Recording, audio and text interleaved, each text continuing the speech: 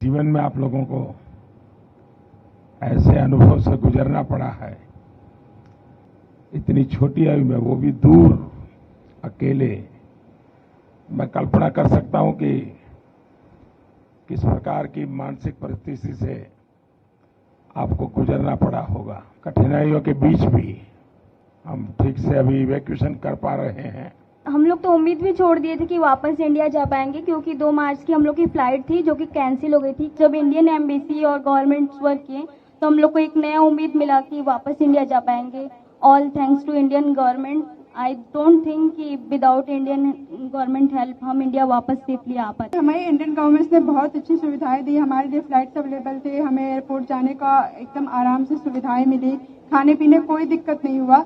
बहुत अच्छे से हमारे बाकी सारे स्टूडेंट जो फंसे हुए थे वो कल भी लैंड कर गए हैं, कुछ आज लैंड कर गए हैं। थैंक यू मोदी सर, हम लोगों ने बहुत आराम से हम वहां से निकल गए हैं। बॉर्डर क्रॉस करने के बाद इंडियन एम्बेसी ने हमें बहुत ही सुरक्षित तरीके से हमारे कंट्री में पहुंचाया।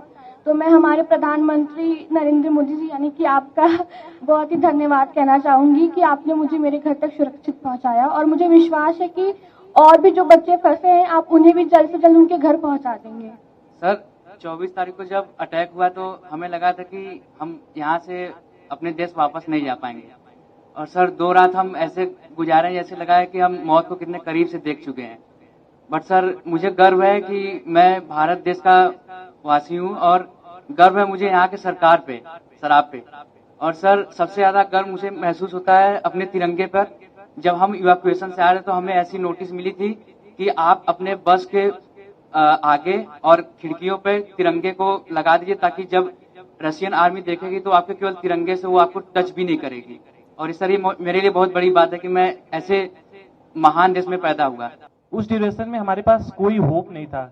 A single hope only is this कि हमारा government and first of all sir specially you sir भगवान के बाद अगर घर में नाम लिया जा रहा था तो सर वो आप थे। मोदी जी हमें बचा लेंगे, अब जो भी कर सकते हैं मोदी जी कर सकते हैं।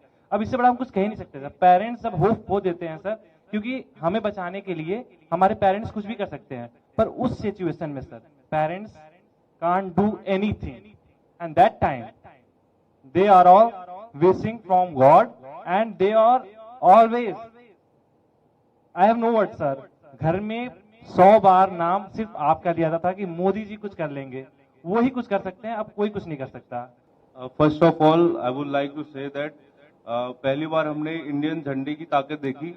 हम जब बस पे जाते थे तो करीब 25 चेक पोस्ट हमें मिली जहां पे हमारी चेकिंग हुई, आर्मी अंदर आई, बट उन्होंने छोड़ दिया हमें, मतलब हमारे फ्लैग को देख के छोड़ दिया। इवन जो अदर कंट्रीज के बच्चे थे, नाइजीरियन, मोरक्कन, वो सब हमारे झंडे को यूज करके वो लोग वहां से बॉर्डर क्रॉस कर रहे थे।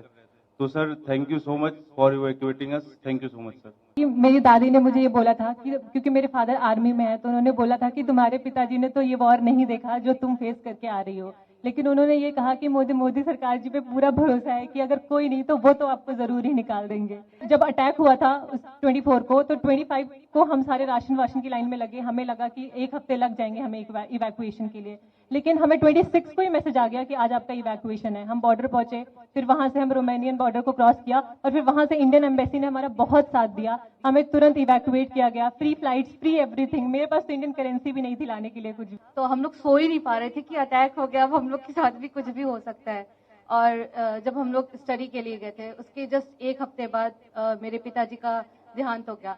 तो उसके बाद मेरी मम्मी इतना ज्यादा पैनिक होती थी हमेशा कि तुम कब आओगी, कैसे आओगी, अब मैं कुछ कर भी पाऊंगी कि नहीं कर पाऊंगी। तो उनके पैनिक होने से मैं भी पैनिक हो जाती थी।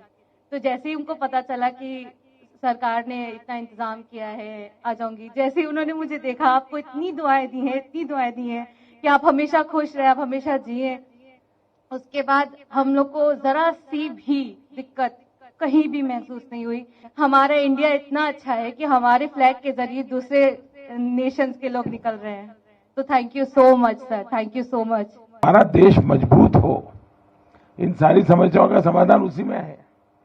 उसी प्रकार से मैं तो अभी भी मानता हूं कि अगर देश में पहले से मेडिकल एजुकेशन की नीतियां सही होती तो आप लोगों को बाहर नहीं जाना पड़ता।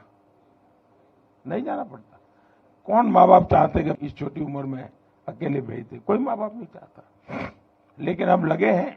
देखिए, पहले करीब 300-400 के बीच में हमारे यहाँ मेडिकल कॉलेज थी, अब हम करीब 700 तक पहुंच गए हैं। हर जिले में मेडिकल कॉलेज कर रहे हैं। पहले हमारे देश में कोई 80-90 हजार के बीच में सीटें थी, अब 5 साल में हम उसको 1.5 लाख तक पहुंचा दिया है। यूपी में भी नए 2100 विद्यार्थियों के लिए सीटें बनाई हैं। यहाँ प्राइवेट मेडिकल कॉलेज भी करीब डबल हो रही है। और मेरी कोशिश है कि हर जिले में मेडिकल कॉलेज हो। जिस प्रकार की कोशिश हम कर रहे हैं, तो शायद 10 साल के भीतर भीतर पिछले 70 साल में जितने डॉक्टर बने हैं उतने नए 10 साल में बन जाएंगे जी। इतना बड़ा काम हो जाएगा। तो फिर बच्चों को बाहर भी नहीं जाना पड़ेगा, मजबूरियां खत्म हो जाएगी, परिवार को भी टेंशन नहीं होगा। तो मेरी ये कोशिश है। लेकिन अच्छा है, सबको ये बताइए कि भाई देश के लिए तो कुछ न कुछ करते रहना चाहिए। समाज का कर्ज कभी भूलना नहीं चाहिए। तो इस संकट के समय स्वाभाविक है, क्योंकि अगर कोई बच्चा गुस्सा भी करता है तो मैं मानता हूं ये स्वाभाविक है। भाई, इतनी मुसीबत से आया है और इतनी ठंड में इतना चलना, तो ये बहुत स्वाभाविक है। अगर किसी बच्चे को, उसके माँ बाप को भी अगर गुस्सा है, इवन मेरे लिए, तो भी मेरा मत है कि उसका एक गुस्सा जायज है। जायज है। खैर, जब समझेगा, मन शांत होगा, तो फिर प्यार भी करेगा। चलिए, बहुत बहुत धन्यवाद। आपके परिवार को भी मेरी बहुत शुभकामनाएं भैया।